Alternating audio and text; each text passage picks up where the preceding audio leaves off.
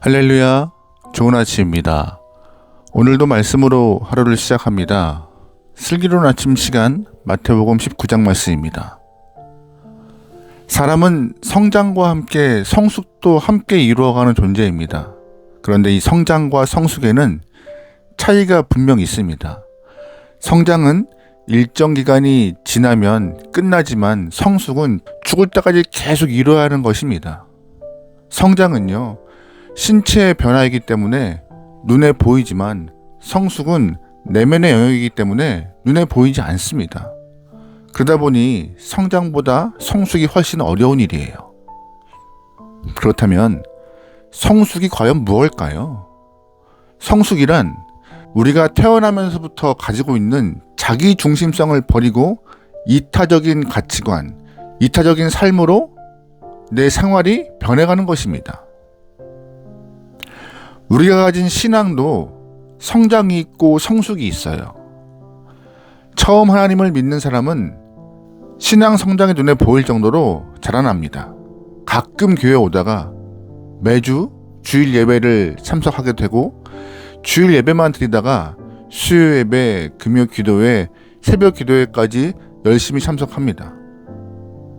교회 사역에 관심을 갖게 되면서 교회 봉사도 하고 전도도 열심히 합니다. 자신이 할 수 있는 일에 매사에 최선을 다해요. 신앙의 성장이 이루어진 것이죠. 하지만 성숙은 내면의 문제이고 보이지 않는 문제이기 때문에 좀 다른 부분이에요. 신앙 성장을 이룬 사람이 반드시 성숙한 사람이라 말하기 어렵습니다. 그럼에도 이 자기 중심적인 신앙에서 하나님 중심의 신앙으로 옮겨가야 신앙의 성숙을 이룬 사람인데, 신앙 성장을 이룬 사람들 중에서도 하나님을 배제하고 여전히 자기중심적으로 사는 사람들이 많다는 것입니다. 그러나 그런 삶을 회개하고 하나님 중심으로 모든 초점을 맞춰가는 사람이 신앙의 성숙을 이룬 사람입니다. 오늘 본문에서 예수님은 우리가 성숙한 인간 되기를 바라고 계세요. 그런데 본문의 서두를 보면은요, 이혼에 대한 문제가 등장합니다. 이혼의 문제가 신앙 성숙과 무슨 관계가 있을까요? 예수님은 이혼 여부를 가지고 문제 삼는 것이 아니었어요.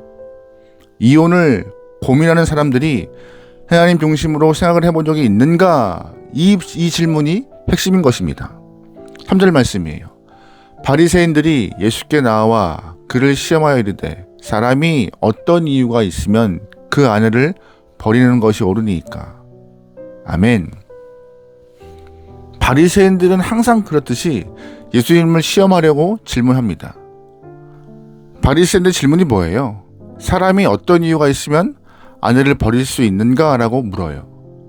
여러분, 이 질문에서 하나님은 찾아볼 수 없습니다. 누구든지 명확한 이유가 있다면 아내를 버려도 되는 것이 아닌가 질문하는 것이잖아요.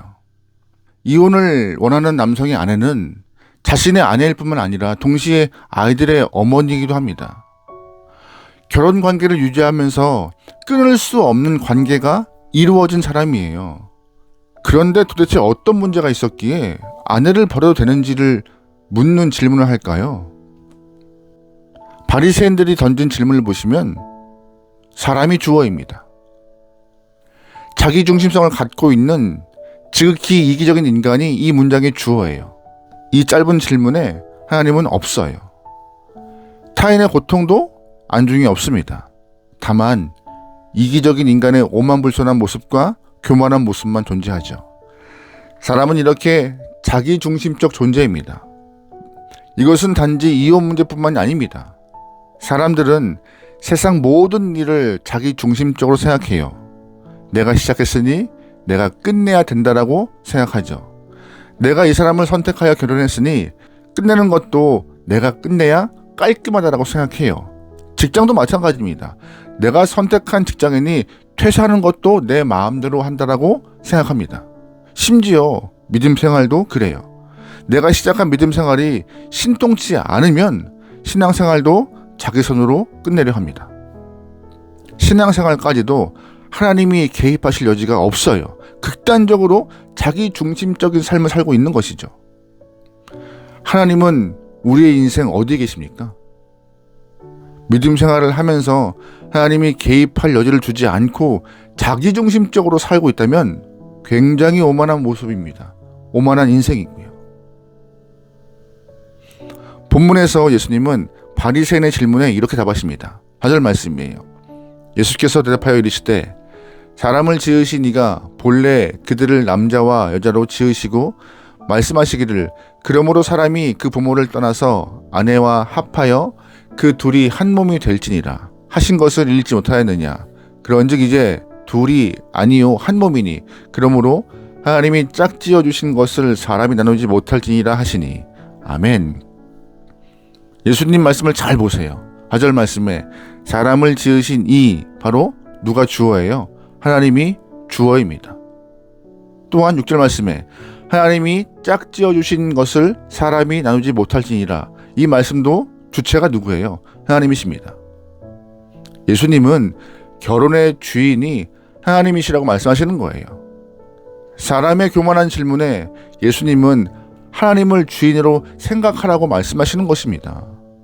너희 결혼 생활 중에 한 번이라도 하나님이 가정의 주인 되었니? 이라고 물어보시는 것이고, 하나님이 두 사람을 만나게 하시고 가정을 이루게 하러 가시고 지금까지 살게 하신 것을 생각해 보았니? 라고 질문하시는 거였어요. 우리는 모두 이런 종류 질문 앞에 서 있습니다. 그러기에 우리 생활 전반에 하나님이 주체가 되어야 한다는 사실을 깨닫고 매 순간 하나님의 마음을 품고 살아갈 수 있는 귀한 영혼이면 좋겠습니다. 직장 생활도 가정 생활도 신앙 생활에서도 하나님의 주인이십니다. 하나님의 시각으로 단 한 번이라도 우리의 인생을 보았다면 우리의 인생은 더 성장하지 않았을까요? 더 성숙하지 않았을까요? 하나님이 주인 되신 가정, 하나님이 주인 되신 교회, 하나님이 주인 되신 일터를 만들기 위하여서 우리에게 하나님의 마음을 품기 소망합니다. 하나님이 주인 되시면 삶이 달라집니다. 아멘. 우리의 인생은 어떻습니까? 우리가 몸담고 있는 공동체를 하나님이 주인이라 고백하고 있습니까? 고백만이 아니라 실제로 하나님의 주인 되심을 받아들이고 있습니까? 만약 그렇다면 우리의 인생은 행복한 인생으로 살 수 있습니다. 여러분, 믿음의 위인 중에서 하나님 중심으로 살아갔던 인물들이 많습니다. 그 중에 한 사람이 바로 모압 여인 롯입니다. 그녀는 이방 여인이었지만 모압으로 이주해온 유대인과 결혼해서 하나님에 대한 신앙을 갖게 되었어요. 믿음이 성장하면서 결정적 순간에 성숙을 보여주는 인물이죠. 시아버지가 죽고 남편이 죽고 그 집 남성들이 모두 세상을 떠났을 때 시어머니 나오미가 롯에게 너도 이제 고향으로 가라. 나는 고향 베들레헴으로 돌아간다 라고 말하죠. 그때 롯은 시어머니 붙잡고 어머니 가시는 곳에 나도 가고 어머니 하나님이 나의 하나님 될 것이라 말하면서 시어머니 나오미를 쫓아갑니다. 롯의 고백에서는 하나님 중심의 믿음을 면면히 보여주고 있는 믿음의 신앙 고백을 하고 있는 삶이 보여져요. 그런 하나님 중심의 신앙을 보였기 때문에 하나님은 그녀를 예수님의 조상으로 주님의 족보의 이름을 올려주셨죠. 여러분, 인생 가운데 우리의 주인은 하나님이십니다. 그 믿음을 갖고 고백하며 주님의 주인 되심을 믿고 살아갈 때에 우리의 신앙은 성장을 넘어 성숙을 이루게 될 것이고 하나님이 인정하시는 믿음을 통하여서 많은 열매를 맺게 될 것입니다. 오늘 하루 우리 인생의 중심이 내가 아니라 하나님으로 조금 더 옮겨질 수 있는 귀한 결단의 시간, 또한 고백의 시간, 삶이 될 수 있기를 주님으로 축원합니다. 아멘. 기도하시겠습니다. 사랑의 하나님, 우리는 언제나 눈에 보이는 성장에 초점을 두고 있지만 우리의 신앙이 나 중심에서 하나님 중심으로 옮겨지는 성숙한 신앙을 위해 더욱더 노력할 수 있는 귀한 영혼들에게 인도하소서. 어제보다 더 주와 가까이, 어제보다 주님 중심의 삶을 살게 나오니 우리 하루를 인도하여 주시옵소서. 모든 걸 맡기오며 예수님의 이름으로 기도합니다. 아멘.